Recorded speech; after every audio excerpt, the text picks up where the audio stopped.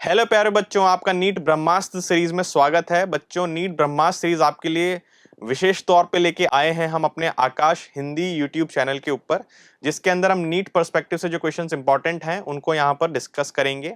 आज हम जो डिस्कस करने वाले हैं वो है क्लास 11 फिजिक्स के क्वेश्चंस, जो नीट पर्सपेक्टिव से कॉन्सेप्चुअल इंपॉर्टेंट हैं। और बच्चों, हमने जो क्वेश्चंस लिए हैं वो इस तरह से लिए हैं कि पिछले 5 या 6 साल का हमने एनालिसिस देखा और जिन पर्टिकुलर 11 के चैप्टर से वो टॉपिक्स लिए गए हैं जिनके क्वेश्चंस ज्यादा देखने को मिले हैं नीट के अंदर। तो हम इन क्वेश्चंस को वन बाय वन डिस्कस करते हैं और शुरू करते हैं सबसे पहले सवाल के साथ।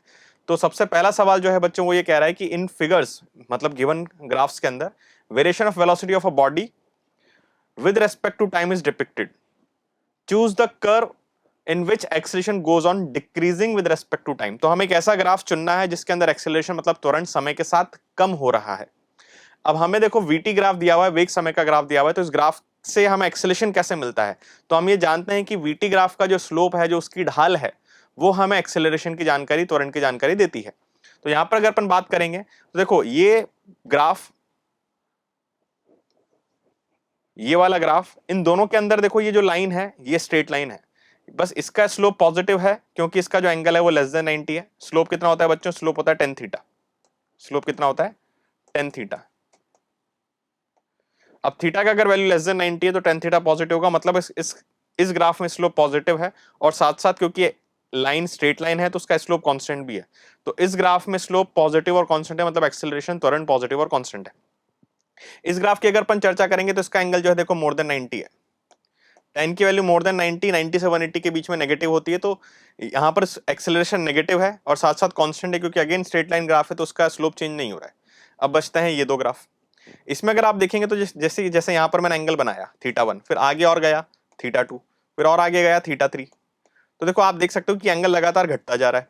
जबकि इसके अंदर अगर अपन देखेंगे, मान लो पहले अपन ने एंगल बनाया थीटा 1, फिर आगे एंगल बनाएंगे थीटा 2, फिर और आगे एंगल बनाएंगे थीटा 3, तो ये एंगल लगातार टेंजेंट के साथ लेते हैं अपन ऑल्दो, पर अब समझने के हिसाब से अगर समझें तो एंगल लगातार बढ़ता जा रहा है, मतलब इसमें थीटा 0 से 90 की तरफ जा रहा है, इसलिए टेन थीटा का वैल्यू बढ़ रहा है तो एक्सेलरेशन बढ़ रहा है। इसमें थीटा का वैल्यू 90 से 0 की तरफ जा रहा है, तो हम ये बोल सकते हैं कि यहां पर टेन थीटा घट रहा है इसलिए एक्सेलरेशन घट रहा है। और हमसे पूछा है कि कौन सा ग्राफ है जिसके अंदर एक्सेलरेशन समय के साथ घट रहा है, तो उसका आंसर कौन सा हो जाएगा? Option number 2। आई होप आपको समझ में आया होगा। अगला क्वेश्चन देखते हैं हम। अगला क्वेश्चन है यूनिट एंड डायमेंशन का, जैसे सवाल देखने को मिले हैं पिछले सालों में। सवाल सिंपल है, ये कह रहा है कि भाई आपको ये बताना है कि आपको एक एक्सप्रेशन दिया हुआ है। पहले एक्सप्रेशन पढ़ लेते हैं। f equals to A log B by X. अब इसके अंदर हमें ये बता रखा है कि जो b है और x है, तो x के बारे में बता रखा है कि x रिप्रेजेंट करता है पोजीशन को, स्थिति को। और हमसे ये पूछा है कि जो b है, b की डायमेंशन, b की विमा क्या होगी। अब देखिए कॉन्सेप्ट क्या होता है, कॉन्सेप्ट ये होता है कि लॉग के अंदर जो नंबर होता है, ये नंबर जो है ये विमाहीन होना चाहिए, डायमेंशन लेस होना चाहिए। ये नंबर कैसा होना चाहिए? Dimension less. अभी डायमेंशन लेस होने का मतलब ये है कि इसके अंदर देखो नंबर में क्या लिखा हुआ है, b बाय एक्स लिखा हुआ है। अब ये डायमेंशन लेस तब होगा जब b और x दोनों एक दूसरे के डायमेंशन को कैंसिल कर देंगे। वो एक दूसरे की डायमेंशन को तब कैंसिल करेंगे जब उन दोनों की डायमेंशन, उन दोनों की विमा क्या होगी? सेम होगी। अब x के बारे में हमें दे रखा है पोजीशन, जो एक मीटर में उसकी यूनिट होगी और उसकी डायमेंशन हो जाएगी L1। अब b डायमेंशन तब कैंसिल करेगा, b बाय एक्स की डायमेंशन 0 तब होगी जब b की खुद की डायमेंशन भी कितनी होगी? L1, ताकि L1 अपॉन L1 सॉल्व होके कितना हो जाए? 0 हो जाए डायमेंशन वाइज। ठीक है, तो इस हिसाब से अगर अपन बात करेंगे तो जो b का डायमेंशन है वो सिर्फ लेंथ का होना चाहिए। तो इसमें तो देखो लेंथ का 0 दे रखा है, इसमें लेंथ का 1 है पर साथ साथ फिर बाकियों का भी दे रखा है। इसमें भी लेंथ का 1 है पर बाकी m और t भी दे रखा है। मुझे सिर्फ लेंथ ही चाहिए, m और t नहीं चाहिए, इसलिए कौन सा ऑप्शन हो जाएगा? Second option. ठीक है, तो सिंपल डायमेंशन एनालिसिस का सवाल था। इस तरह के सवाल काफी देखने को मिलते हैं नीट के अंदर। और इसमें वैसे पूछा नहीं है, पर अगर आपसे बाय चांस ये पूछ लेता कि a की डायमेंशन क्या होगी, तो देखो यहां पर जो अपन देखेंगे तो f equals to a log b by X. अब ये पूरी क्वांटिटी तो डायमेंशन लेस है, तो फिर जो a बचता है, a और f का डायमेंशन इक्वल होना चाहिए क्योंकि f is equals to a log b by X. तो लॉग b बाय एक्स का कोई डायमेंशन, कोई विमा नहीं है, तो फिर LHS और RHS अगर अपन बात करेंगे, क्योंकि दोनों इक्वल हैं इसलिए इनका यूनिट और इनका डायमेंशन भी सेम होना चाहिए। तो अगर LHS में अपने को फोर्स दिया हुआ है, बल दिया हुआ है, तो RHS में भी वही होना चाहिए। अब log b/x तो एक सिंपल न्यूमेरिकल वैल्यू है, उसका कोई डायमेंशन कोई यूनिट नहीं है, तो बचा कौन a। तो a जो है वो फोर्स के ही यूनिट और फोर्स के डायमेंशन के बराबर होगा। अगर पूछ ले तो हम इसका एनालिसिस कर रहे हैं कि इस तरह का सवाल अगर आया तो हम a का भी बता सकते हैं। देन अगला सवाल वर्नियर कैलिपर का। वर्नियर कैलिपर के बड़े ही जो है पॉपुलर क्वेश्चंस रहते हैं एंड सिंपल इसके अंदर जो क्वेश्चंस आते हैं या तो लीस्ट काउंट के ऊपर आते हैं बच्चों, या फिर जो रीडिंग कैलकुलेशन होती है, जो मेजर्ड वैल्यू होती है उसके होते हैं। देखते हैं हमारे पास कौन सा सवाल है। हमसे ये कहा गया है कि एक वर्नियर कैलिपर में ये पता चला कि जो फोर्थ डिवीजन है मुख्य स्केल मेन स्केल का, वो कोइंसाइड करता है, मिलता है फिफ्थ डिवीजन वर्नियर स्केल के, वर्नियर पैमाने के फिफ्थ डिवीजन से, पांचवें डिवीजन से। और हमें ये दे रखा है कि एक MSD एक यूनिट के बराबर। यूनिट मिलीमीटर क्या है वो हमें नहीं बताया, तो हम सिर्फ उसको यूनिट के टर्म्स में चलेंगे, क्योंकि आंसर भी देखेंगे आप तो यूनिट के टर्म्स में ही दे रखे हैं। तो हमसे पूछ लिया लीस्ट काउंट। देखो लीस्ट काउंट का फॉर्मूला क्या होता है। लीस्ट काउंट का फॉर्मूला होता है एक MSD माइनस एक VSD। तो अब हमें MSD की तो इंफॉर्मेशन दे रखी है कि एक MSD तो है एक यूनिट के बराबर, तो बचा कौन, बचा एक VSD। अब VSD के लिए इंफॉर्मेशन उन्होंने दे रखी है कि भाई 4 MSD बराबर है 5 VSD के। तो इस हिसाब से एक VSD कितना आया, एक VSD देखो हमें मिलेगा 4/5, 5 से डिवाइड कर दिया। MSD की जगह अपन यूनिट लिख सकते हैं, क्योंकि एक MSD एक यूनिट के बराबर है। तो एक VSD कितना आ गया, 4/5 यूनिट। अब फॉर्मूला लगा लें, लीस्ट काउंट क्या हो जाएगा, एक MSD मतलब एक यूनिट माइनस एक VSD मतलब 4/5 यूनिट। तो 1 माइनस 4/5 कितना आ जाएगा, 1/5 यूनिट। तो हमारा लीस्ट काउंट इसके हिसाब से जो है वो कितना हो गया, अल्पतमांक हमारा हो जाएगा इसके अंदर 1/5 यूनिट। कौन सा ऑप्शन, ऑप्शन नंबर 2 अगेन। ठीक है, तो इस तरह से इसको सॉल्व कर सकते हैं।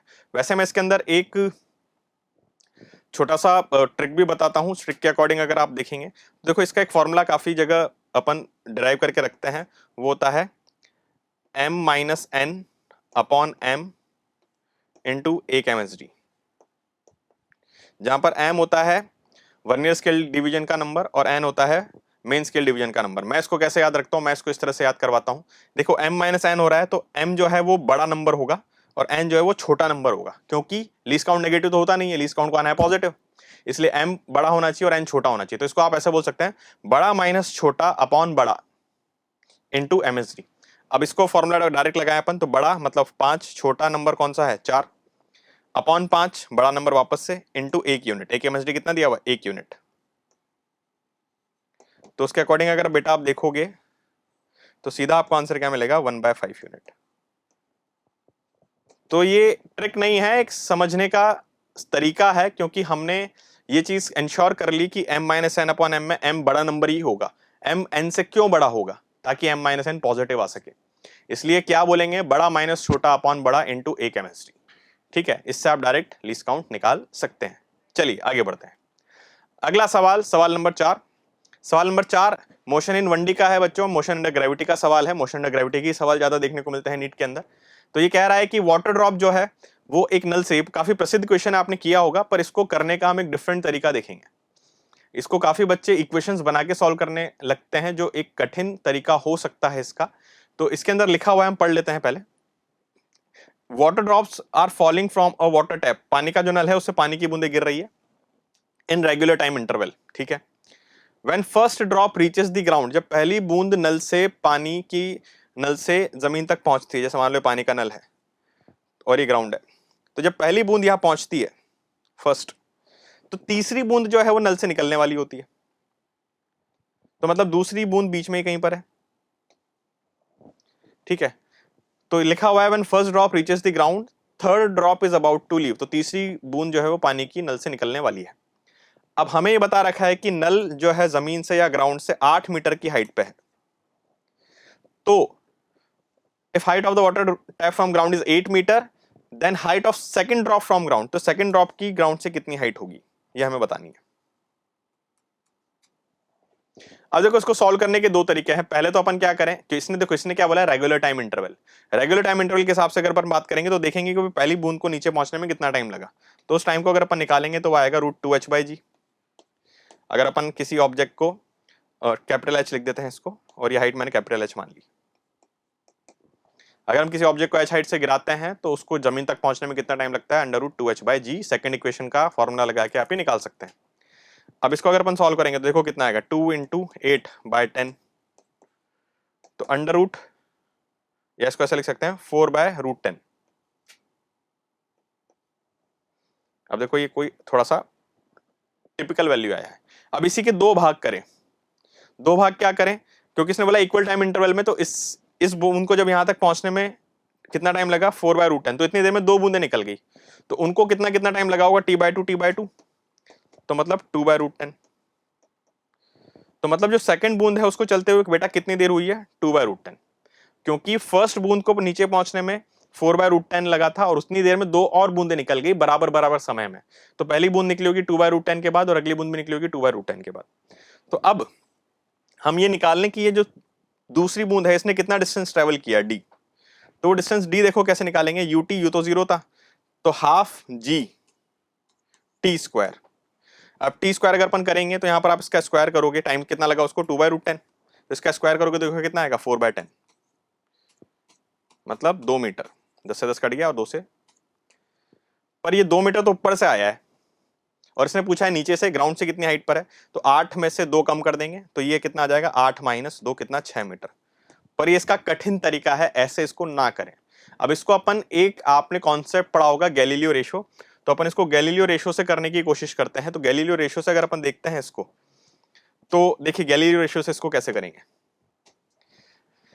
बहुत सिंपल तरीके से ये हो जाएगा। गैलीलियो रेशो क्या कहता है, गैलीलियो रेशो पहले तो कहां लगता है, अगर हम ये मान लें कि कोई ऑब्जेक्ट 0 इनिशियल वेलोसिटी, 0 प्रारंभिक वेग से शुरुआत करता है और कांस्टेंट एक्सेलरेशन नियत त्वरण से चलता है, तो उसके बराबर बराबर समय में 0 से t टाइम में अगर वो x चलता है तो t से 2t टाइम में कितना चलेगा, 3x, और ऐसे ही 2t से 3t टाइम में कितना चलेगा, 5x। ऐसा आपने पढ़ा होगा। इसी कॉन्सेप्ट के ऊपर ये सवाल हो जाएगा। कैसे हो जाएगा, यहां पर भी ये सिचुएशन है, इनिशियल वेलोसिटी से ऑब्जेक्ट गिर रहा है, पहली बूंद यहां पर है, मतलब तीसरी बूंद यहां पर है, पहली बूंद जमीन पर है, दूसरी बूंद बीच में है। तो अब मान लेते हैं कि t सेकंड्स के इंटरवल में एक एक बूंद गिरती जा रही है। तो ये गिरी थी t = 0 पे, ये गिरी थी t = t पर, और ये गिरी थी t = 2t पर। उसके अकॉर्डिंग देखेंगे तो ये डिस्टेंस देखो कितना आना चाहिए, x, और ये कितना आना चाहिए, 3x।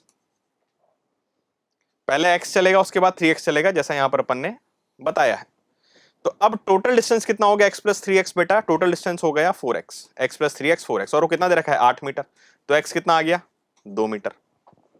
अब हमसे क्या पूछा है, हमसे इस बूंद का लोकेशन पूछा है, वो ग्राउंड से कितनी हाइट पर है, 3x पर, तो 3x कितना हो जाएगा, 3 × 2, मतलब 6 मीटर, डायरेक्ट आंसर। ठीक है, तो अपन इसको इक्वेशंस ऑफ मोशन से करने बैठेंगे, हो जाएगा, पर थोड़ा सा समय ज्यादा लगेगा, और अगर आप गैलीलियो रेशो से करेंगे तो आप इसको फटाफट से कर सकते हैं। और इसमें 3 बूंद हैं, 4 बूंदे हो, 5 बूंदे हो, अगर थोड़ा सा टिपिकल भी बनाना चाहे तो उसमें फिर इक्वेशंस से थोड़ा सा ज्यादा कैलकुलेशन हो जाएगी, पर यहां पर आप फटाफट आंसर निकाल सकते हो। तो आप इसी तरह से इसको सॉल्व करें, आप गैलीलियो रेशो से ही इसको सॉल्व करें, तभी आपको कम समय में सही आंसर मिल जाएगा। अगला सवाल, सवाल नंबर 5 एनएलएम का बड़ा बेसिक सवाल है, पुली वाला। पुली के अंदर हमें दिया हुआ है कि भाई एक लाइट स्ट्रिंग है, आइडियल स्ट्रिंग है, जो पास करती है एक स्मूथ लाइट पुली से, तो पुली भी आइडियल ही है, आदर्श पुली है, ठीक है। और यहाँ पर 2 ब्लॉक जुड़े हुए हैं जिनका द्रव्यमान मास दिया हुआ है m1 m2, और हमें बता रखा है कि ये वाला ब्लॉक ऊपर जा रहा है g/5 से और ये वाला ब्लॉक नीचे जा रहा है g/5 से, और हमसे पूछा है कि m1/m2 कितना है, जो अनुपात है दोनों द्रव्यमानों का, m1/m2 का जो रेशो है वो कितना है। तो सीधा सा अपन ये बोल सकते हैं कि देखो ये नीचे जा रहा है, ये ऊपर जा रहा है, तो m2 बड़ा होना चाहिए और m1 क्या होना चाहिए, छोटा होना चाहिए, ठीक है। तो m1/m2 का जो रेशो है, क्योंकि m2 बड़ा है तो ये <1 आना चाहिए। अब <1 आना चाहिए हिसाब से देखो ये ऑप्शन तो गलत हो गया, अगर अपन सिंपल लॉजिक तरीके से देखें तो ये ऑप्शन तो गलत हो गया, पर इन्होंने सवाल अच्छा बनाया हम, क्योंकि ऐसे इस तरह से हम सवाल सॉल्व नहीं करना चाहते, मेथड भी देखना चाहते हैं। हो सकता है एग्जाम में, पर अगर आप थोड़ा सा ध्यान दें तो आप एग्जाम में देख सकें कि हो सकता है एक ही ऑप्शन ऐसा हो जो उसमें m1/m2 का रेशो क्या हो, <1 हो, तो फिर आपको सॉल्व करने की आवश्यकता ही नहीं है, आप सीधा ही बता सकते हो। जैसे इस बार 2024 में एक सवाल आया था जिसके अंदर रिफ्रैक्टिव इंडेक्स पूछा था एक प्रिज्म का, और एक ही ऑप्शन था जो 1 से बड़ा था, तो सारे, क्योंकि एयर के रेस्पेक्ट में या वैक्यूम के रेस्पेक्ट में हर मीडियम का रिफ्रैक्टिव इंडेक्स 1 से बड़ा ही होता है, अपवर्तनांक जो है वो 1 से ज्यादा ही होता है, तो एक ही ऑप्शन ऐसा था जो 1 से बड़ा था, सीधा आप उसको टिक कर सकते थे। तो इस तरह के नीट में मिल जाते हैं सवाल, 2024 का जो मैं बोल रहा हूँ वही सवाल था, प्रिज्म वाला सवाल था। तो इसी तरह के अगर आप इस तरह से, अगर मान लो आप मेथड से नहीं कर पा रहे हैं तो आप इस तरह से थोड़ा सा दिमाग लगा के क्वेश्चन छोड़ के ना आए, हर तरीके से प्रयास करें कि कैसे ना कैसे इस सवाल में कोई ना कोई लॉजिक लगा के हम आंसर निकाल सकते हैं। चलिए हम इस सवाल पर अब कॉन्सेंट्रेट करते हैं। तो क्या आपको पुली के जब टू ब्लॉक सिस्टम जो होता है इसके एक्सेलेरेशन का फॉर्मूला याद है? इसका एक्सेलेरेशन देखो कितना आता है, तो m2 minus m1 upon m2 plus m1 into g, ये कैसे आता है? ये इक्वेशंस बना के आते हैं। इक्वेशंस कैसे बनते हैं थोड़ी सी हिंट में दे देता हूं। ऊपर लगता है t, नीचे लगता है यहां पर m1g, इसमें ऊपर लगता है t, नीचे लगता है m2g। अब क्योंकि ये ब्लॉक नीचे जा रहा है तो इसके लिए m2g फोर्स बढ़ा है t से, इसलिए नेट फोर्स नीचे की तरफ कितना होगा, m2g माइनस t, और ये नीचे जा रहा है a एक्सेलरेशन से, तो बराबर m2a। ऐसे ऊपर वाले ब्लॉक की अगर अपन बात करेंगे तो उसमें टेंशन बड़ा फोर्स है, तो t माइनस m1g, उसमें नेट फोर्स ऊपर की तरफ हो गया जो किसके बराबर होगा, m1a। ये भी a से ऊपर जा रहा है। इन दोनों क्वेश्चंस को जब ऐड करोगे तो ये फॉर्मूला बन जाता है। हम फॉर्मूला याद रखें, m2 minus m1 upon difference of masses upon sum of masses into g, दोनों मास का अंतर अपॉन दोनों मास का जोड़ इनटू g, और वो हमें एक्सेलरेशन पता ही है। तो अगर हम सॉल्व करें इसको, देखो क्या मिलेगा, m2 minus m1 upon m2 plus m1 into g बराबर a, और a कितना दिया हुआ है सवाल में, g/5, तो g से g कट जाएगा, क्रॉस मल्टीप्लाई करेंगे 5 इंटू m2, तो 5m2 माइनस 5m1 बराबर m2 प्लस m1। ये माइनस 5m1 इधर लेके आएंगे तो माइनस 5m1 इधर आके plus 5m1, 5m1 plus m1 6m1, और m2 इधर जाके सब्ट्रैक्ट हो जाएगा, 5m2 माइनस m2 कितना, 4m2। तो अब यहां से अगर अपन m1 अपॉन m2 निकालेंगे बेटा, देखो वो क्या मिलेगा, m2 को इधर ले लें, 6 को 4 के नीचे ले लें, तो 4/6 मतलब 2/3। तो कौन सा आंसर हो जाएगा इसका, 2/3, जो कौन सा ऑप्शन है, अपना पहला ऑप्शन है। ठीक है, तो फर्स्ट ऑप्शन इसका आंसर हो जाएगा। Then theoretical question centre of mass के ऊपर क्वेश्चन पढ़ते हैं हम। क्वेश्चन हमसे कहना चाह रहा है कि which of the following statement is correct if net external force acting on the system is 0। दिए गए जो कथन है उनमें से कौन सा सही होगा यदि निकाय पर जो बल लग रहे हैं, कुल बाहरी बल शून्य है, मतलब कोई बाहरी बल नहीं लग रहा है, कोई एक्सटर्नल फोर्स नहीं लग रहा है, और लग रहा है तो अगर एक्सटर्नल फोर्सेस लग रहे हैं तो उनका रिजल्टेंट, उनका जो परिणाम है वो शून्य हो चुका है। तो मतलब कोई बाहरी बल नहीं है, ये मुद्दे की बात है सिस्टम के ऊपर। अब ऑप्शंस पढ़ लेते हैं। The centre of mass of the system must be at rest, तो जो वो निकाय है उसका द्रव्यमान केंद्र जो है वो विराम अवस्था में रहना चाहिए, रेस्ट पे रहना चाहिए, ये जरूरी नहीं है। देखिए होता क्या है, नेट फोर्स 0 होने पर सेंटर ऑफ मास का एक्सेलरेशन, द्रव्यमान केंद्र का एक्सेलरेशन शून्य हो जाता है। इसका मतलब उसका जो वेलोसिटी है, किसका, द्रव्यमान केंद्र का, सेंटर ऑफ मास का वेलोसिटी जो है वो क्या आता है, वो कांस्टेंट आता है। तो एक्सेलरेशन 0 होने का मतलब ये नहीं कि वो रेस्ट पे हो, वो मूव कर सकता है, पर वो जिस वेलोसिटी, जिस वेग से चलेगा सेंटर ऑफ मास, वो वेलोसिटी कांस्टेंट रहेगी, नियत रहेगी। इस हिसाब से अगर अपन बात करते हैं तो मस्ट लिख दिया इसने, अगर ये मे लिख देता तो सही हो जाता। जबरदस्ती नहीं है कि उसको रेस्ट पे होना पड़ेगा, चल सकता है, ठीक है, पर कांस्टेंट वेलोसिटी से, तो इसलिए गलत हो गया। Centre of mass of system must be accelerate, ये तो गलत ही हो गया, क्योंकि एक्सेलरेशन 0 होगा, त्वरण शून्य होगा, इसलिए द्रव्यमान केंद्र का सेंटर ऑफ मास का कोई एक्सेलरेशन, कोई त्वरण नहीं होगा। तीसरा, centre of mass of system may move, चल सकता है, विद कांस्टेंट वेलोसिटी, नियत वेग से, बिल्कुल सही बात है। वो रुक भी सकता है, रेस्ट पे भी हो सकता है, वेलोसिटी 0 भी हो सकती है, और वो मूव भी कर सकता है, वो चल भी सकता है, पर एक कांस्टेंट वेलोसिटी से, दोनों चीजें संभव है। इसलिए यहां पर इसने मे बोला है, तो ये ऑप्शन अपने को सही लग रहा है। अगला अपन देखते हैं, centre of mass of system must move with constant velocity. अब इसने बोल दिया कि भाई उसको चलना ही पड़ेगा कांस्टेंट वेलोसिटी के साथ, ये कोई जबरदस्ती नहीं। एक्सेलरेशन 0 होने का मतलब पार्टिकल या तो रेस्ट पे होगा या फिर चल रहा होगा तो कांस्टेंट वेलोसिटी से चल रहा होगा। इसी तरह से अगर सेंटर ऑफ मास के ऊपर एक्सेलरेशन 0 है तो या तो वो रेस्ट पे रहेगा या चलेगा तो कांस्टेंट वेलोसिटी, नियत वेग से ही चलेगा। तो चलना आवश्यक नहीं है, चल रहा है तो वेलोसिटी नियत होगी, पर वेलोसिटी 0 भी हो सकती है, इसलिए फोर्थ ऑप्शन भी क्या हो गया, गलत हो गया। अगला एआर बेस्ड सवाल, एआर भी बिल्कुल जानते हैं आप, आते हैं। तो इसमें दिया हुआ है सवाल, अगर अपन पढ़ें तो असर्शन अपन पहले पढ़ लेते हैं, जो अपना कथन है, moment of inertia of two identical, identical शब्द का मतलब क्या हुआ, आइडेंटिकल मतलब देखने में एक जैसे हो सकते हैं, जिनका रेडियस क्या होगा, सेम होगा, त्रिज्या उनकी सेम होगी। Identical sphere having same mass, तो दोनों जो स्फेयर है, दोनों जो गोले हैं वो दिखने में एक जैसे हैं और उनका मास मतलब त्रिज्या भी बराबर है और द्रव्यमान मास भी बराबर है। तो रेडियस भी बराबर है, त्रिज्या भी बराबर है, मास द्रव्यमान वो भी बराबर है। One solid and other hollow, पर एक जो है वो हॉलो है, अंदर से खाली है, खोखला है, और दूसरा सॉलिड है, पूरी तरह से भरा हुआ है। जैसा आप इसको इस तरह से समझें, एक प्लास्टिक की बॉल है और एक सपोज जैसे लेदर बॉल है, तो दोनों का रेडियस एकदम सेम है, दोनों का मास भी सेम है, पर प्लास्टिक की बॉल अंदर से खाली है और लेदर बॉल जैसा आप जानते हो एकदम सॉलिड स्फीयर जैसा, ठोस गोले जैसी होती है। तो उनका मोमेंट ऑफ इनर्शिया अलग अलग होगा। बिल्कुल सही बात है।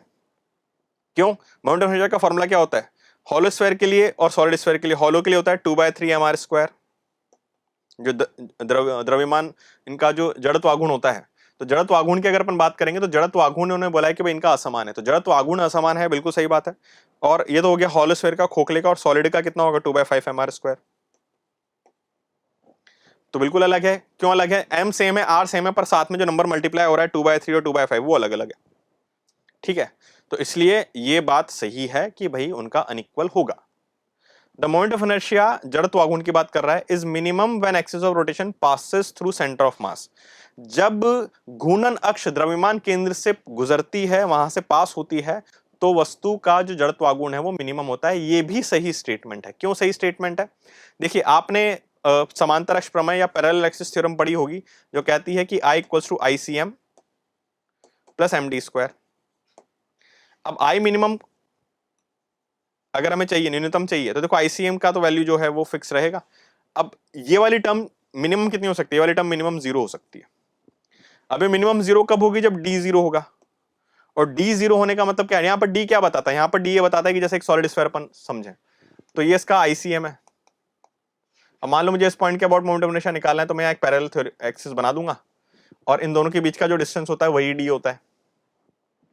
तो अभी D 0 होने का मतलब क्या है कि ये वाली एक्सिस जो है ये सेंटर ऑफ मास वाली एक्सिस ही बन गई, और तभी मोमेंट ऑफ इनर्शिया मिनिमम आएगा, जड़त्व आघूर्ण न्यूनतम आएगा। तो बिल्कुल सही बात है ये, कि ये पढ़ाते भी हैं, आपने क्लास में पढ़ा भी होगा, हमने बार बार बताया है कि मोमेंट ऑफ इनर्शिया मिनिमम, जड़त्व आघूर्ण न्यूनतम तब होता है जब घूर्णन अक्ष मतलब axis of rotation centre of मास यानी कि द्रव्यमान केंद्र से ही गुजर जाती है।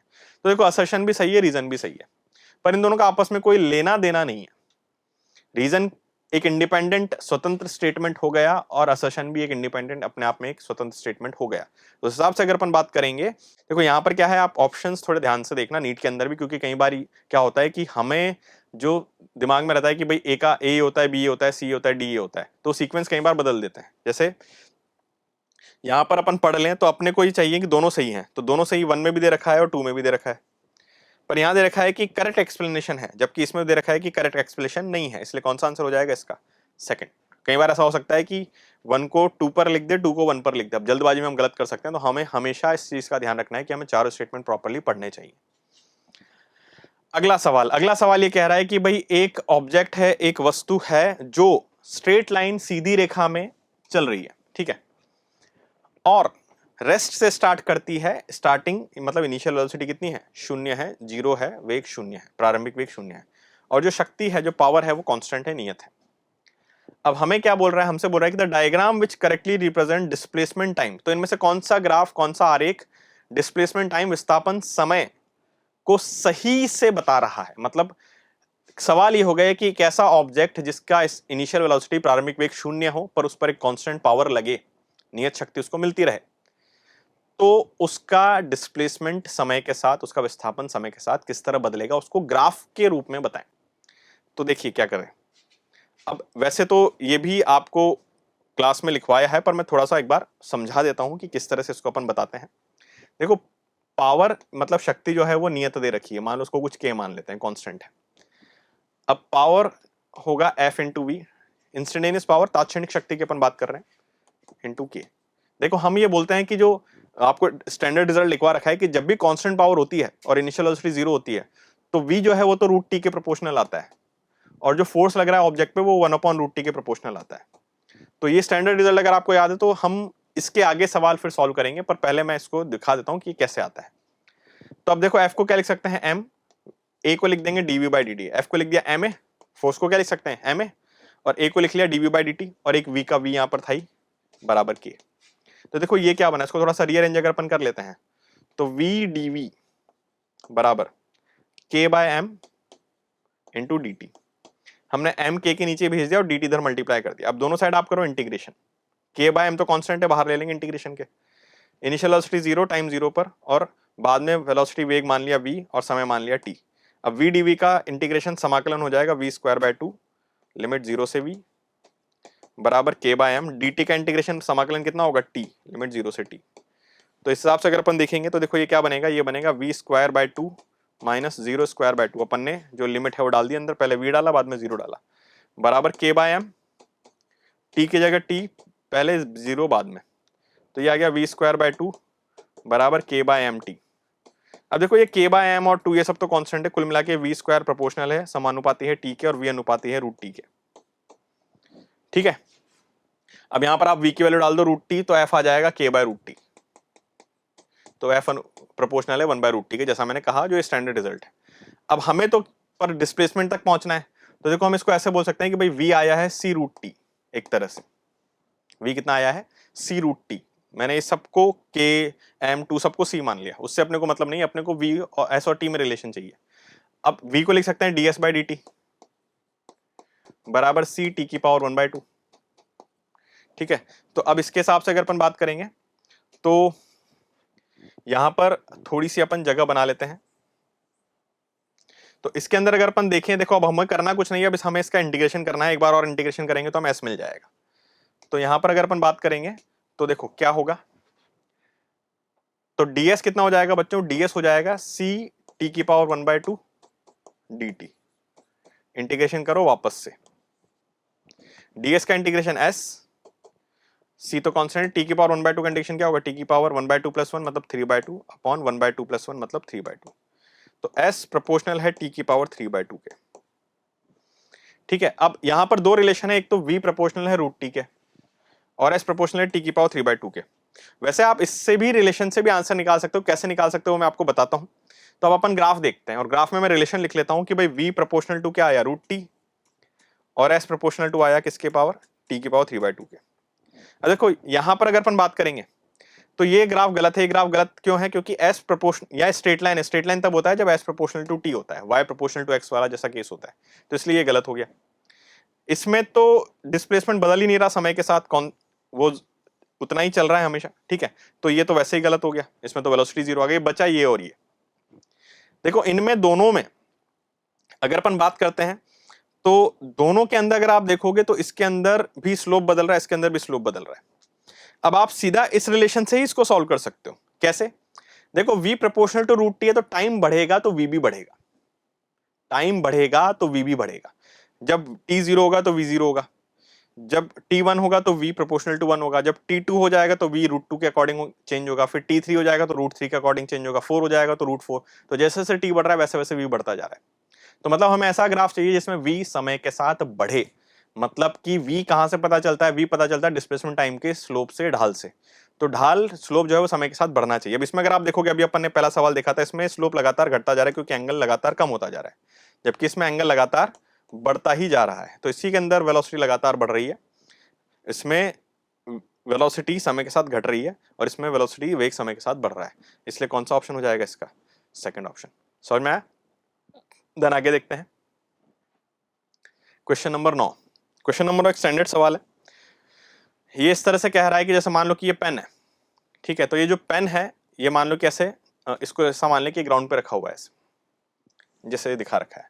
अब इसको मान लो किसी ने हल्का सा पुश कर दिया, हल्का सा पुश करते से ही ऐसे नीचे जमीन पे फटाक से जाके गिर जाएगा।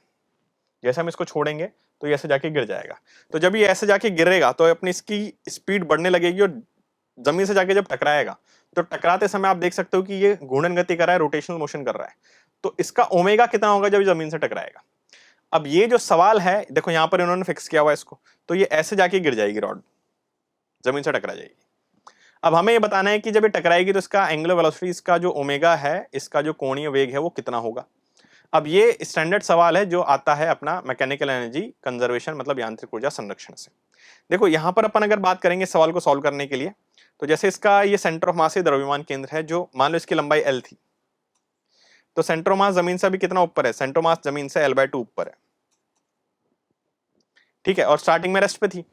तो अब अगर अपन इसकी पोटेंशियल एनर्जी, इसकी स्थितिज ऊर्जा की बात करेंगे तो देखो वो पोटेंशियल एनर्जी जो निकलेगी वो रहेगी mgl/2। स्टार्टिंग में इसके पास पोटेंशियल एनर्जी तो थी, स्थितिज ऊर्जा तो थी, और गतिज ऊर्जा है मतलब काइनेटिक एनर्जी कुछ भी नहीं थी। ये किस स्टेट की बात की अपन ने, जब ये ऐसे एकदम सीधी रखी हुई थी।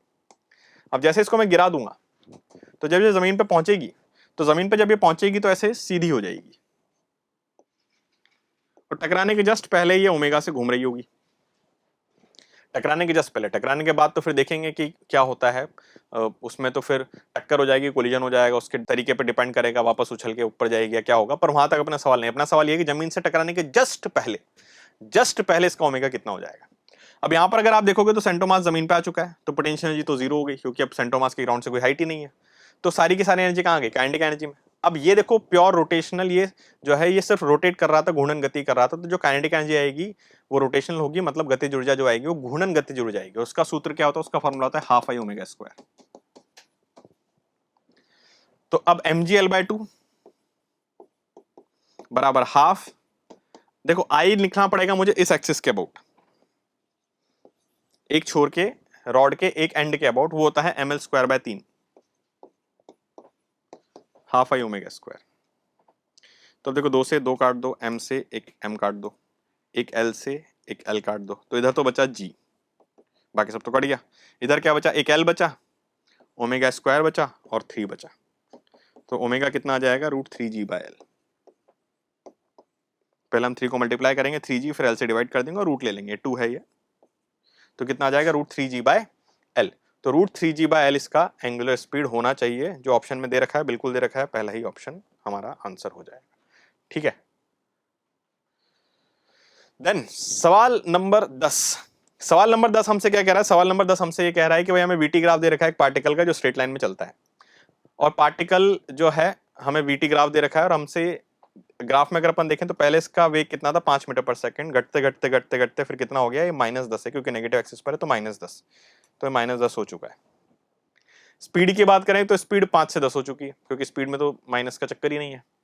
अभी कह रहा है कि भाई पार्टिकल का मास जो है वो 2 किलो है, तो work done by all forces, सारे पार्टिकल द्वारा किया गया फोर्स बताना है 0 से 10 सेकंड में। तो 0 मतलब ये, 10 सेकंड मतलब ये। देखो 0 पर वेलोसिटी कितनी थी 5, और 10 पर वेलोसिटी कितनी हो गई -10, मतलब स्पीड कितनी हो गई +10।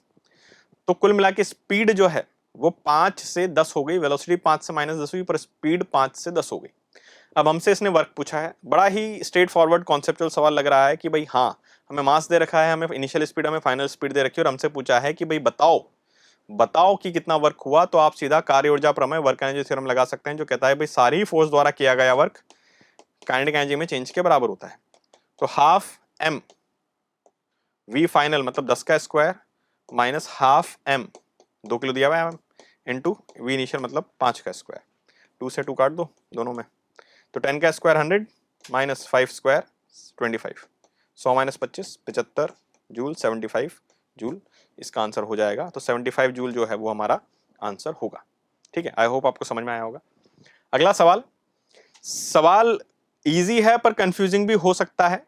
सवाल ये कह रहा है कि which of the following graph, दिए गए कौन से ग्राफ में से जो किस किस के बीच में है, time period of revolution and radius of orbit of a satellite, जो एक उपग्रह होता है, जो सैटेलाइट होती है, उसका समय काल और उसका जो उसके कक्ष की जो त्रिज्या है, जो दूरी है, जो रेडियस है, उनके बीच में कौन सा ग्राफ सही होगा।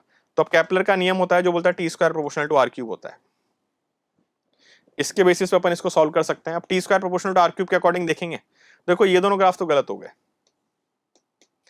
क्यों गलत हो गए, क्योंकि ग्राफ को ओरिजिन से पास तो करना है। ओरिजिन से पास क्यों करना है कि जब आर 0 होगा तो टी भी 0 हो जाएगा, इस तरह से आप देख सकते हो यहाँ पर यहाँ पर जब आर 0 है तो टी 0 नहीं है, और ये ग्राफ तो उल्टा ही चल रहा है कि अगर हम रेडियस कम करेंगे तो यहाँ पर आप देख सकते हो कि टाइम पीरियड जो है वो बढ़ रहा है।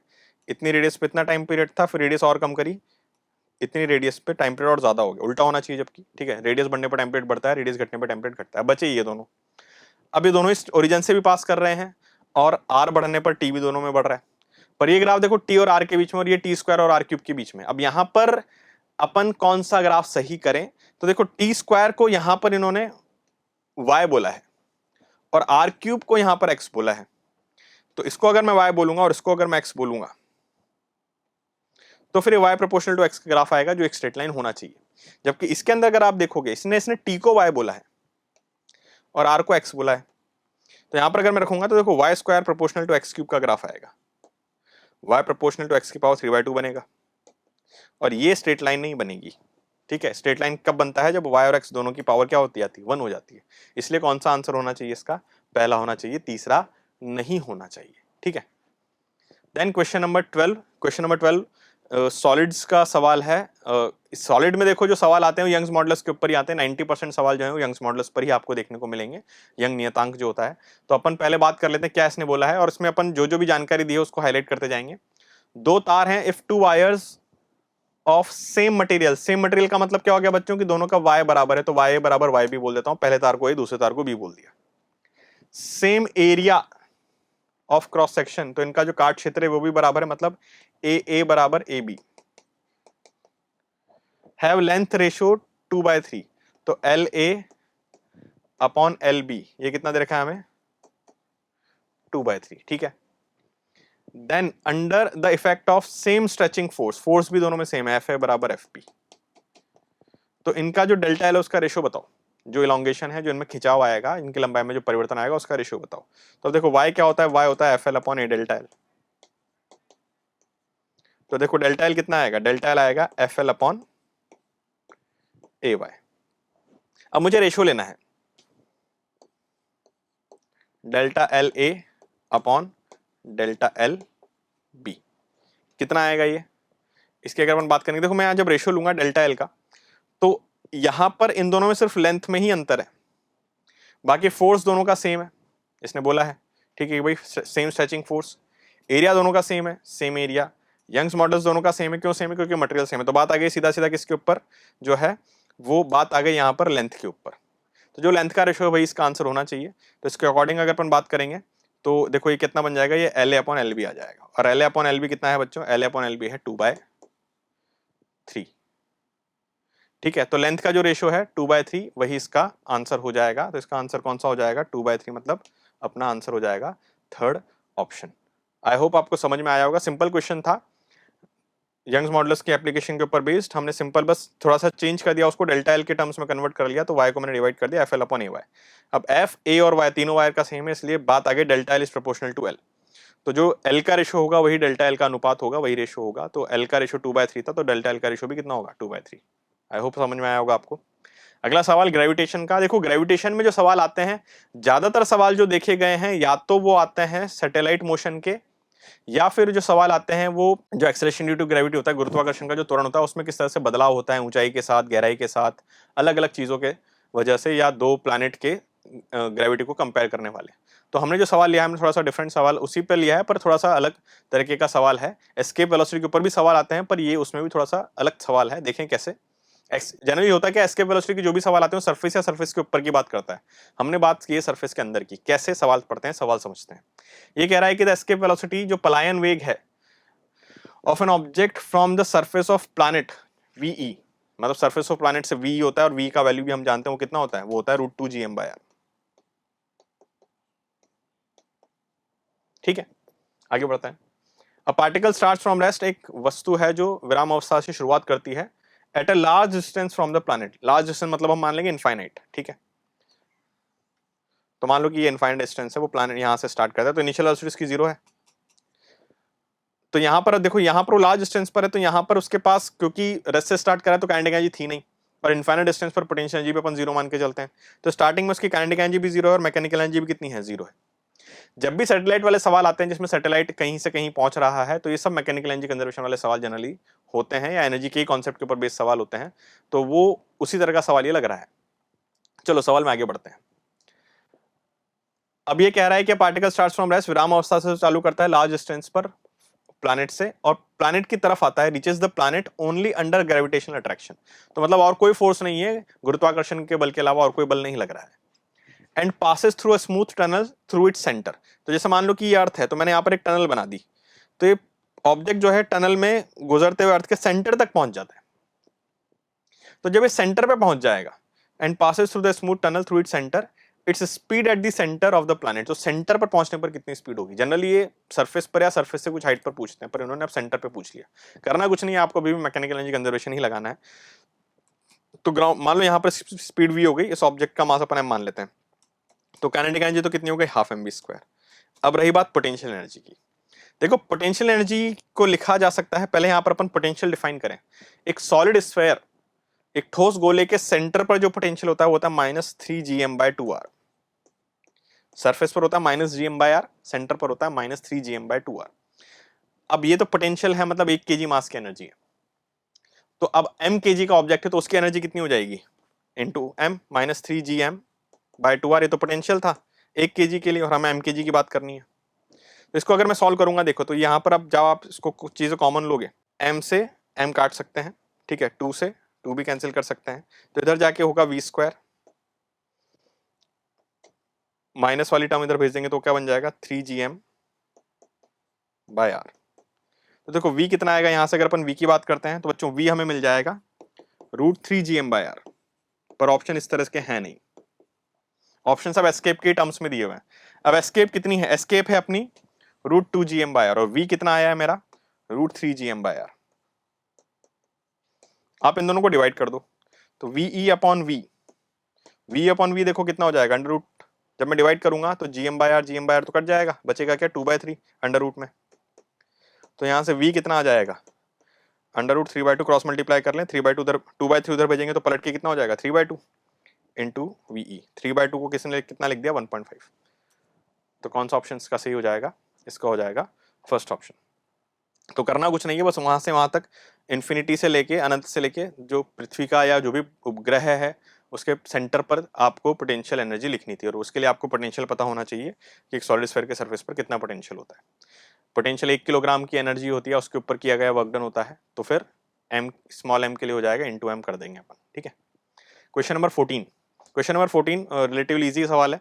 ये कह रहा है कि भाई 3 identical point masses, there are 3 identical point masses, each of mass 1 kg, lie in the xy plane at points 0, 0, 0, 2 and 2,0। तो ये कह रहा है कि भाई 3 बिंदु द्रव्यमान है, एक रखा है मूल बिंदु ओरिजिन पर जिसके कोऑर्डिनेट है 0, 0, एक रखा है 0,2 मतलब y एक्सिस पर, और एक रखा हुआ है 2,0 मतलब x एक्सिस के ऊपर, ठीक है। और तीनों ही 1 kg के हैं, तीनों का ही वैल्यू 1 किलो, 1 किलो और 1 किलो है, ठीक है। अब हमसे पूछा था gravitational force on the mass at origin, जो मूल बिंदु पर रखा हुआ है, जो ओरिजिन पर रखा हुआ है, उस पर कितना फोर्स लगेगा। तो अब ग्रेविटेशनल फोर्स तो हमेशा अट्रैक्ट होता है, दोनों मास एक दूसरे को अट्रैक्ट ही करते हैं। तो अब इस पर लगने वाले फोर्स की बात करा तो ये जो 1 kg है ये भी इसको इधर अट्रैक्ट करेगा, और ये जो 1 kg है ये भी इसको इधर अट्रैक्ट करेगा। तो मतलब इस पर एक फोर्स लगेगा प्लस x डायरेक्शन में आई कैप, और एक लगेगा प्लस y डायरेक्शन में जे कैप। तो कुल मिला के आई कैप प्लस जे कैप होना चाहिए, क्योंकि फोर्स के 2 कंपोनेंट हो गए, 2 घटक हो गए, एक प्लस x दिशा में, एक प्लस y दिशा में। तो अब देखो यहाँ पर अगर अपन सिर्फ ऑप्शन से ही देख लें, देखो ये -i minus j, -i plus j, i minus j, बचा कौन सा i प्लस जे, क्योंकि ये आना चाहिए था -i माइनस जे भी नहीं होगा, इसका मतलब एक कंपोनेंट प्लस x में, एक माइनस y में है। ये बोल रहा है एक माइनस x में, एक प्लस y में है, और ये बोल रहा है दोनों ही नेगेटिव डायरेक्शन में है। बाकी सॉल्व भी कर लेते हैं। सॉल्व कैसे करेंगे, फोर्स निकाल लें तो उसका एक x कंपोनेंट आएगा और एक y कंपोनेंट आएगा, दोनों घटक आएंगे। तो x वाला कितना होगा, फोर्स का वैल्यू कितना होता है g m1 m2, दोनों m1 और m2 कितने रखें 1 और 1 अपॉन r²। इन दोनों के बीच की दूरी कितनी है 2 मीटर, क्योंकि ये 0 है, 0, 0 है, ये 2, 0 है, तो 2 का स्क्वायर आई कैप, प्लस y वाला कितना आएगा, उसमें भी g m1 m2 1 into 1 upon 2 का स्क्वायर जे कैप, क्योंकि ऊपर की तरफ लग रहा है। अभी g/4 आई कैप प्लस जे कैप, कौन सा ऑप्शन, थर्ड ऑप्शन। सो सीधा आप इसको डायरेक्शन से भी कर सकते थे।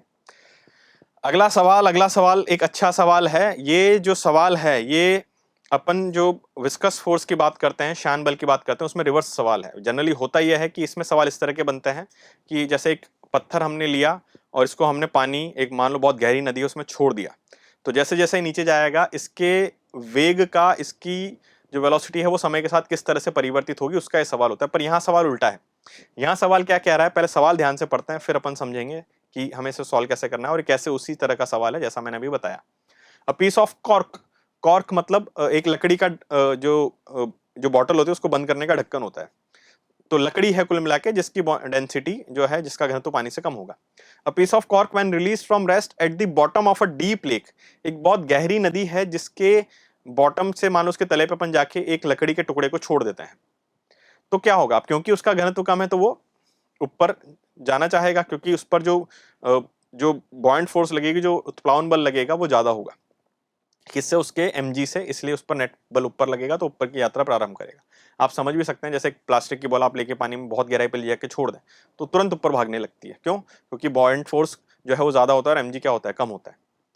तो a piece of cork when release from rest at the bottom of a deep lake it moves up, its velocity v is plotted against time, तो उसका जो वेग है वो समय के साथ हम बनाना चाहते हैं। तो इनमें से कौन सा ग्राफ जो है वो करेक्ट रिप्रेजेंटेशन बताएगा? अब देखो होगा क्या, जैसे ही मैं उसको छोड़ूंगा उस पर ऊपर तो लगेगा उत्प्लावन बल और नीचे लगेगा mg, और उत्प्लावन बल ज्यादा था, बॉयंट फोर्स ज्यादा था, इसलिए ऊपर भागना चालू करेगा। अब यहां पर आएगा श्यान बल, विस्कस फोर्स। विस्कस फोर्स किधर लगेगा? वो वेलोसिटी के ऑपोजिट लगता है, तो अगर वेलोसिटी ऊपर की तरफ है तो ये नीचे लगना चालू करेगा, और जब तक ऊपर का फोर्स नीचे के फोर्स से ज्यादा होगा तो इसकी v बढ़ती रहेगी, और v बढ़ती रहेगी तो विस्कस फोर्स भी बढ़ता रहेगा। ठीक है, और विस्कस फोर्स बढ़ते बढ़ते एक समय ऐसा आएगा जब विस्कस फोर्स और mg दोनों मिलकर बॉयंट फोर्स को बैलेंस कर देंगे। जैसे ऐसा हुआ उसकी वेलोसिटी क्या हो जाएगी? कांस्टेंट हो जाएगी। तो यहां पर उसका वेलोसिटी लगातार बढ़ेगा, पर बढ़ते बढ़ते उसको एक लिमिट के बाद कांस्टेंट हो जाना पड़ेगा। जैसे आपने बारिश की बूंदों का कॉन्सेप्ट पढ़ा है कि बारिश की बूंदें जब बादलों से गिरती हैं तो जमीन पर आते आते वो एक कांस्टेंट वेलोसिटी प्राप्त कर लेती है, कांस्टेंट वेग प्राप्त कर लेती है। उसका रीजन भी विस्कस फोर्स ही होता है कि विस्कस फोर्स जो है वो mg को बैलेंस आउट कर देता है। सेम चीज यहां पर भी हो रही है, यहां पर एक्स्ट्रा बॉयंट फोर्स भी, पानी की बूंद पर भी बॉयंट फोर्स होता है पर बहुत नेग्लिजिबल होता है क्योंकि एयर की डेंसिटी बहुत कम मानी जाती है। ठीक है, तो उस सेंस में अगर बात करेंगे तो हमें एक ऐसा ग्राफ चाहिए जिसके अंदर वेलोसिटी बढ़ते बढ़ते कुछ समय के बाद क्या हो जाए? कांस्टेंट हो जाए। जो किसके अंदर हो रहा है? देखो यहां पर वेलोसिटी बढ़ी फिर एकदम से कांस्टेंट हो गई, इसमें तो वेलोसिटी बढ़ती ही जा रही है, और इसमें पहले वेलोसिटी बहुत ज्यादा थी, घटते घटते जीरो हो गई। वेलोसिटी जीरो नहीं होगी, वेलोसिटी पहले जीरो रहेगी, बाद में जीरो नहीं होगी। ठीक है, बाद में तो उसकी कांस्टेंट वैल्यू हो जाएगी। तो अब यहां पर भी बढ़ती जा रही है, यहां पर भी बढ़ते बढ़ते फिर एकदम से कांस्टेंट होगी, और यहां पर भी बढ़ते बढ़ते बढ़ते कांस्टेंट ही हो रही है। अब देखो इसके अंदर पहले ग्राफ स्ट्रेट लाइन था, इसका मतलब एक्सेलरेशन जो है वो कैसा था? स्लोप किस लाइन का कांस्टेंट है? वीटी ग्राफ का स्लोप एक्सेलरेशन बताता है, उसकी ढाल एक्सेलरेशन त्वरण को बताएगी। तो एक्सेलरेशन तो कांस्टेंट नहीं रहेगा क्योंकि लगातार विस्कस फोर्स बढ़ता जाएगा, क्योंकि v बढ़ रहा है तो फोर्स लगातार घटेगा, नेट फोर्स लगातार घटेगा, इसलिए एक्सेलरेशन लगातार घटना चाहिए। ठीक है, तो इसलिए ये इसमें तो एक्सेलरेशन एकदम कांस्टेंट था और एकदम से जीरो हो गया, तो फोर्स पहले कांस्टेंट था और एकदम से जीरो हो गया, वो नहीं होगा। अब इसमें अगर देखें तो देखो इसमें स्लोप लगातार घट रहा है, इसमें स्लोप लगातार बढ़ रहा है। अगर इसमें स्लोप लगातार बढ़ रहा है मतलब एक्सेलरेशन लगातार बढ़ रहा है, एक्सेलरेशन लगातार बढ़ रहा है मतलब फोर्स लगातार बढ़ रहा है, जबकि हमने कहा कि नेट फोर्स लगातार घटेगा। इसके अंदर यही हो रहा है, इसके अंदर एक्सेलरेशन लगातार जो है वो इसमें वेलोसिटी बढ़ रही है पर स्लोप लगातार घटता जा रहा है, एक्सेलरेशन लगातार घटता जा रहा है, इसलिए हमारा कौन सा आंसर होगा? यही होगा। ठीक है, आई होप समझ में आया होगा आपको। सवाल नंबर 16, सवाल नंबर 16 जो है ये हमें एक इसको आप थर्मल प्रॉपर्टीज ऑफ मैटर के सवाल को मान सकते हैं, उस तरह के एक सवाल है जिसके अंदर हमें दो स्लैब दी हुई है। सवाल क्या कह रहा है वो पढ़ लेते हैं। Consider a compound slab consisting of two different materials of equal thickness, area दोनों का इक्वल है, and thermal conductivity K and 3K। ठीक है, तो इनकी जो थर्मल कंडक्टिविटी तापीय चालकता हमें दे रखी है K और 3K, और लेंथ भी दोनों की देखो, लंबाई भी दोनों की बराबर दे रखी है L और L। तो कुल मिला के हमें एक सीरीज कॉम्बिनेशन, एक जो है श्रेणी में दो जो पट्टियां हैं वो जोड़ के दे रखी हैं, दोनों की लंबाई बराबर है, दोनों का एरिया बराबर है, पर इनकी चालकता, इनका जो कंडक्टिविटी है वो अलग अलग है, K और 3K। और हमें बताना है कि इसकी जो इक्वल थर्मल कंडक्टिविटी होगी, ठीक है, इसका जो K इक्विवेलेंट होगा, इसकी जो समतुल्य तापीय चालकता होगी वो कितनी होगी। अब वैसे तो इसके दो फॉर्मूले होते हैं, अगर आपको फॉर्मूला याद है तो K इक्विवेलेंट का फॉर्मूला देखो बच्चों क्या होता है, वो सीरीज कॉम्बिनेशन होता है, आपको लिखवाया भी गया है आपके नोट्स में, ये होता है सीरीज के लिए। ठीक है, अब ये कैसे आता है इसकी अगर अपन चर्चा करना चाहें तो इसका बड़ा सीधा सा कॉन्सेप्ट है। सीरीज में देखो क्या होता है, आर इक्विवेलेंट बराबर R1 + R2 होता है। आर इक्विवेलेंट मतलब मुझे इन दोनों छड़ों को मिला के एक सिंगल छड़ बनानी है, तो इसकी लंबाई मान लो L1 है और इसकी लंबाई कितनी है? L2 है। तो जो सिंगल छड़ में बनाऊंगा जो इन दोनों के समकक्ष होगी उसकी कुल लंबाई कितनी हो जाएगी? L1 + L2। काट क्षेत्र इसका भी A है और इन दोनों का मिला के भी A था, K1 K2, और इसका K मान लेंगे K इक्विवेलेंट K तुल्य।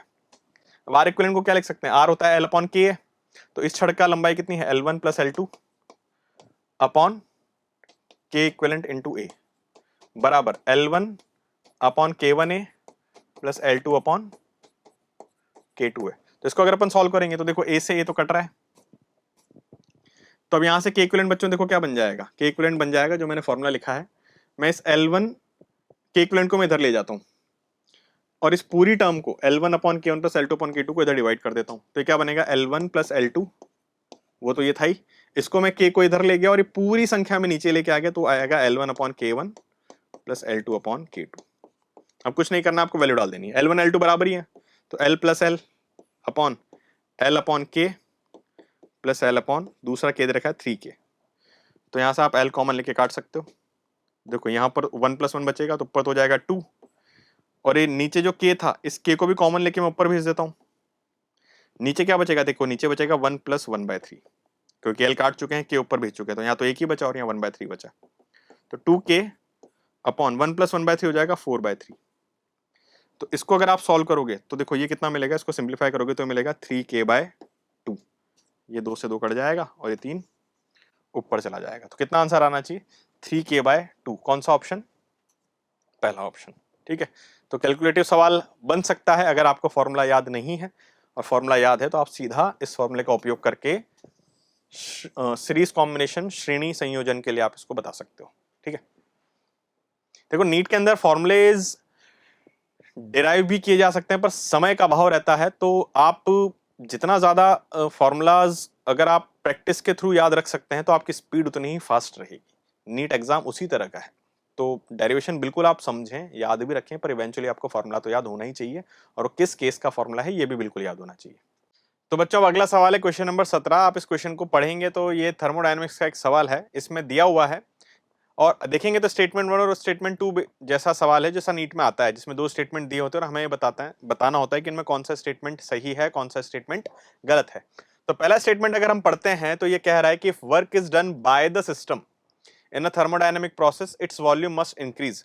अगर किसी ऊष्मागतिकी प्रक्रम में जो तंत्र है, जो निकाय है, अगर वो कार्य कर रहा है तो उसका वॉल्यूम, उसका आयतन बढ़ना चाहिए।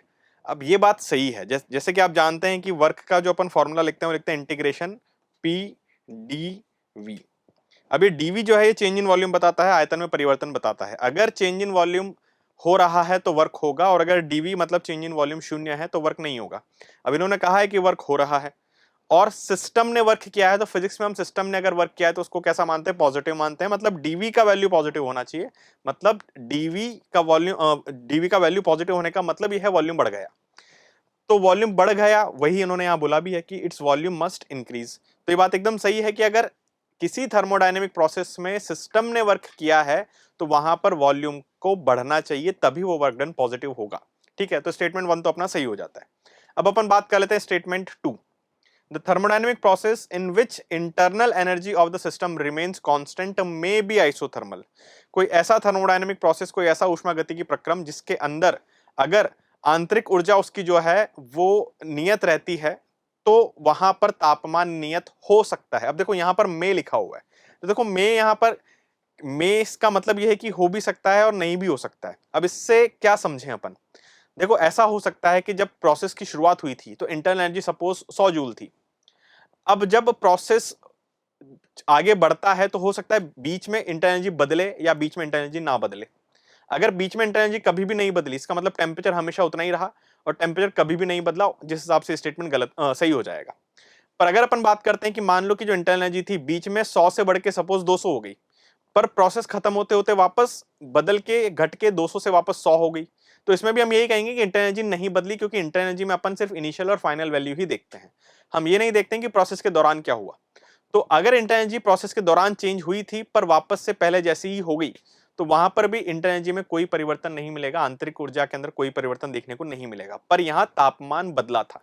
तो इंटरनल एनर्जी प्रोसेस की शुरुआत और प्रोसेस के अंत में अगर बराबर पाई गई, इसका मतलब ये नहीं है कि प्रोसेस के दौरान भी वो हमेशा बराबर थी, दोनों चीजें हो सकती है। प्रोसेस के दौरान बराबर भी रह सकती है, हमेशा उतनी ही भी रह सकती है, घट बढ़ भी सकती है और वापस पहले जितनी भी हो सकती है। तो दोनों केस में अगर हम बात करेंगे, तो अगर हम मान के चल रहे हैं इंटरनल एनर्जी हमेशा बराबर रही, उतनी ही रही जितनी थी, तो टेम्परेचर कांस्टेंट हो जाएगा। पर अगर उसमें बदलाव हुआ पर वापस पहले जैसी हो गई, तो टेम्परेचर भी बदला होगा और वापस से पहले जैसा ही हो गया होगा। इस वजह से यहाँ पर में जो है वो ज्यादा अच्छा अर्थ निकालता है, इसलिए स्टेटमेंट 2 भी यहाँ पर हम सही मानेंगे। देन अगला सवाल है क्वेश्चन नंबर 18। क्वेश्चन नंबर 18 को अगर हम देखेंगे तो क्वेश्चन नंबर 18 में हमसे क्या कहा जा रहा है, एसएचएम का सवाल है ये। When a particle execute SHM simple harmonic motion, the nature of graph of acceleration as function of velocity will be.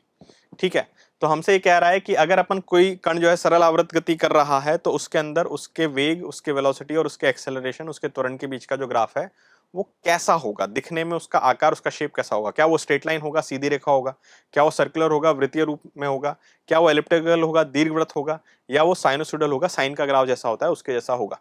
ठीक है, तो अब पहले इसके लिए अपने को रिलेशन निकालना पड़ेगा। देखो, जो इसकी इक्वेशन निकालनी पड़ेगी, v और a में क्या रिलेशन आता है, एक्सेलरेशन में क्या रिलेशन आता है, उसके बेसिस पे अपन बता पाएंगे।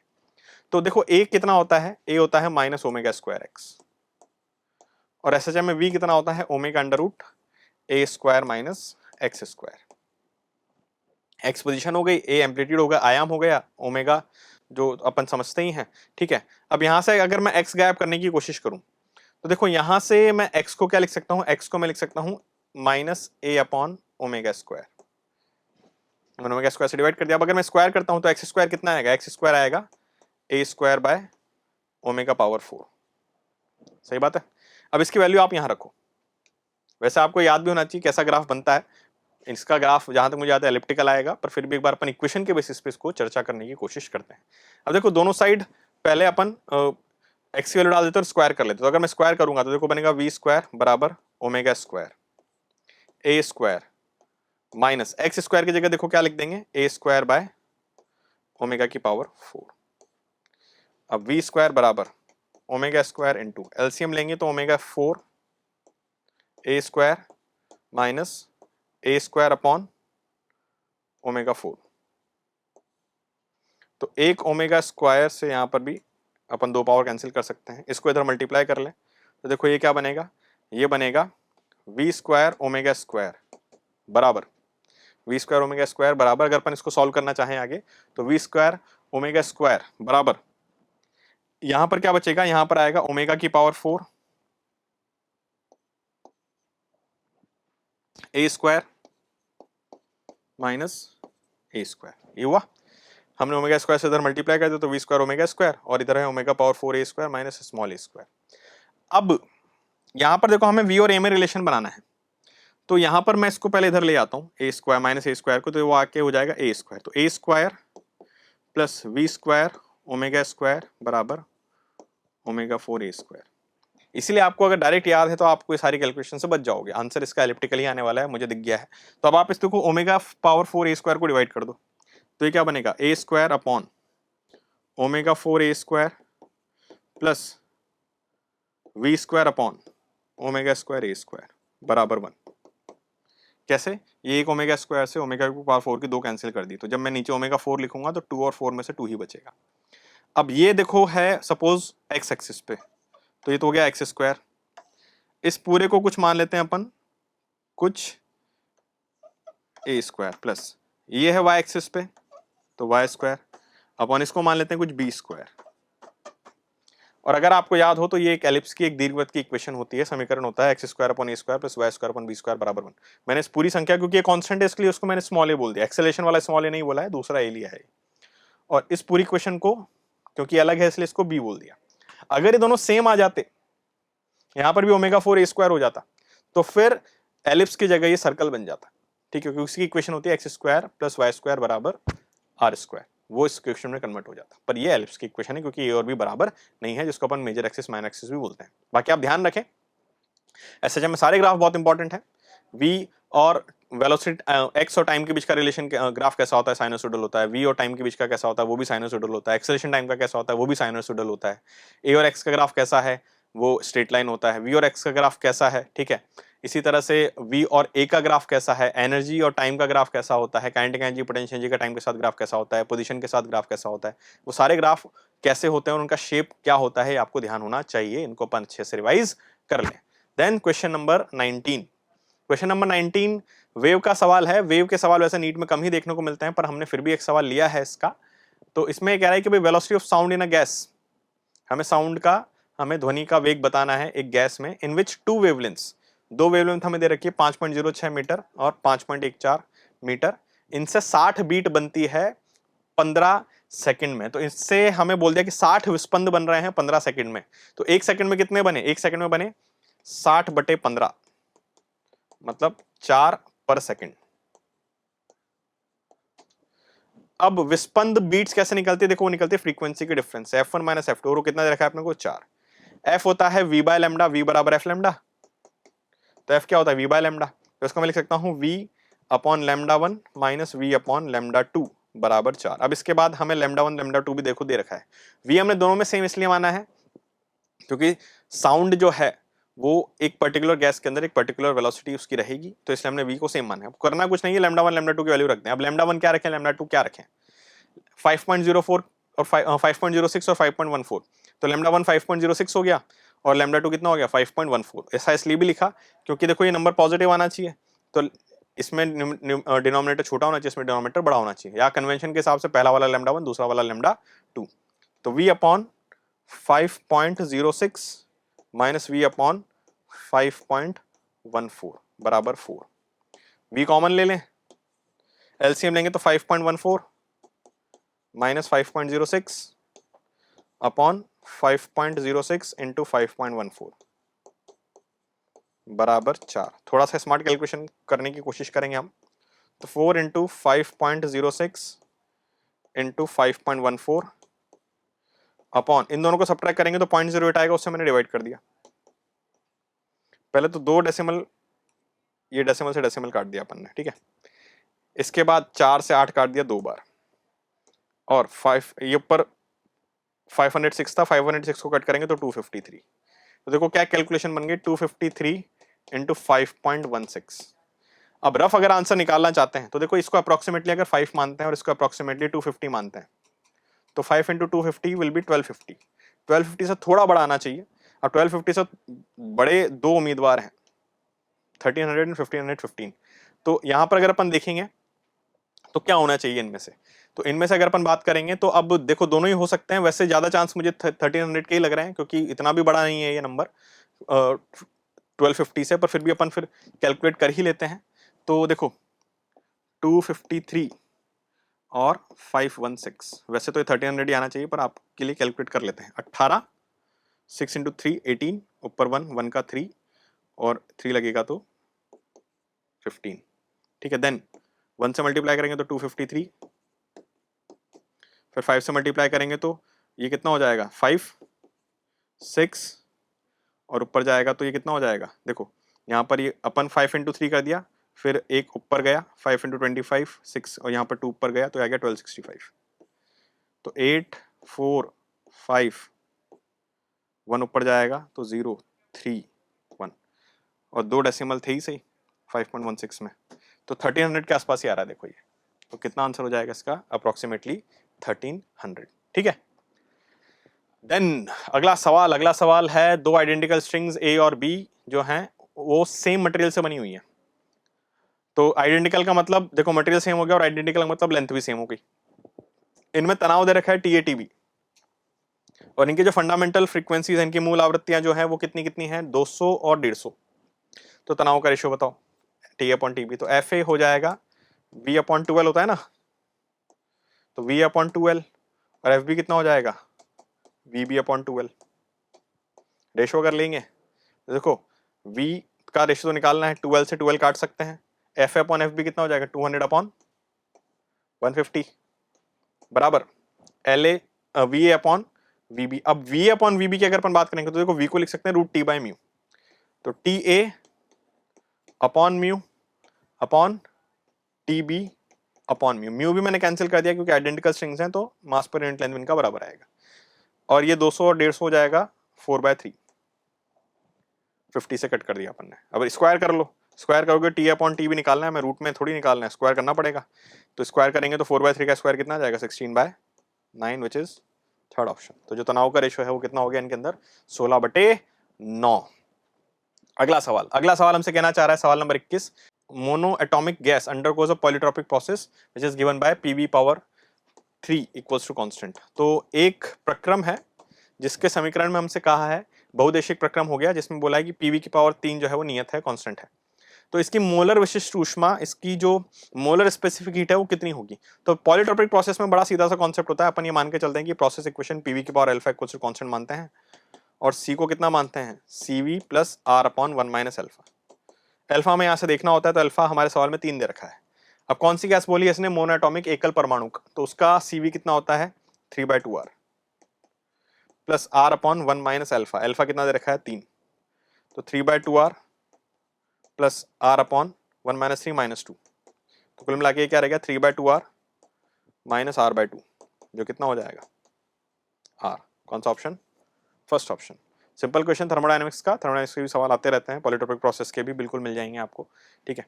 वैसे तो ग्राफ बेस्ड ज्यादा सवाल आते हैं, पर हो सकता है कि कोई इस तरह का सवाल मिले, तो इसको भी हमने लिया है। अगला सवाल केटीजी का है। केटीजी का कम से कम एक सवाल आना तय है। सवाल हमसे ये कहना चाह रहा है कि भाई 1 mole of an ideal gas undergoes a process in described by the relation. तो उसमें प्रेशर का एक रिलेशन दे रखा है P0/1 + V0/V², where P0 V0 are constant. P0 V0 कोई कांस्टेंट्स हैं, ठीक है, इनकी वैल्यू चेंज नहीं होगी। अब हमसे पूछ रहा है चेंज इन टेम्परेचर, तापमान में बदलाव बताना है, कितना अंतर आएगा when volume is change from V0 to 2V0। Volume को बढ़ा दिया, V0 से 2V0 कर दिया, तो टेम्परेचर में क्या चेंज आएगा। अब हमसे देखो इन्होंने क्या बोला कि आइडियल गैस इक्वेशन है, तो पहले इस रिलेशन को मैं लिख लेता हूं। तो प्रेशर मुझे कितना दिया हुआ है, प्रेशर मुझे दिया हुआ है P = P0/1 + V0/V², ठीक है। अब पहले मान लेते हैं वॉल्यूम V0 था और उस पर प्रेशर था P1, तो अगर वो निकालें अपन तो यहाँ वॉल्यूम का V0 रख देते हैं, तो P1 कितना आएगा, देखो P0/1 + V के वैल्यू भी V0 रखेंगे तो V0 कैंसिल हो जाएगा, 1 बचेगा, 1 का स्क्वायर 1 ही आएगा, तो 1 + 1 मतलब पहले प्रेशर था P0/2। फिर बाद में इन्होंने बोला कि हमने वॉल्यूम को कर दिया 2V0, तो मान लो प्रेशर भी चेंज होकर कितना हो गया P2, तो P2 निकाल लो। कैसे निकालोगे P2, यहाँ पर आप V0 की V की वैल्यू 2V0 रख देना, तो P0/1 +, अब इसको 2V0 रखूंगा तो V0 तो कैंसिल हो जाएगा, बचेगा 1/2, मतलब V0 मैं पूरा लिख देता हूँ 2V0 का स्क्वायर। V0 तो हमने कैंसिल कर दिया, तो P0/1 + 1/2 का स्क्वायर मतलब 1 + 1/4, तो ये बनेगा 1 + 1/4 5/4, उसको उल्टा कर देंगे तो 4P0/5। अब हमसे इसने पूछा, क्या पूछा बच्चों, इसने हमसे पूछा क्या तुम टेम्परेचर में अंतर बताओ। तो और इसने बोला आइडियल गैस इक्वेशन है, देखो क्वेश्चन में बोला हुआ है कि आदर्श गैस है, आइडियल गैस इक्वेशन है। तो आइडियल गैस इक्वेशन अगर है तो मैं equation of ideal gas equation लगा सकता हूँ। तो P1V1 = nRT1, P2V2 = nRT2।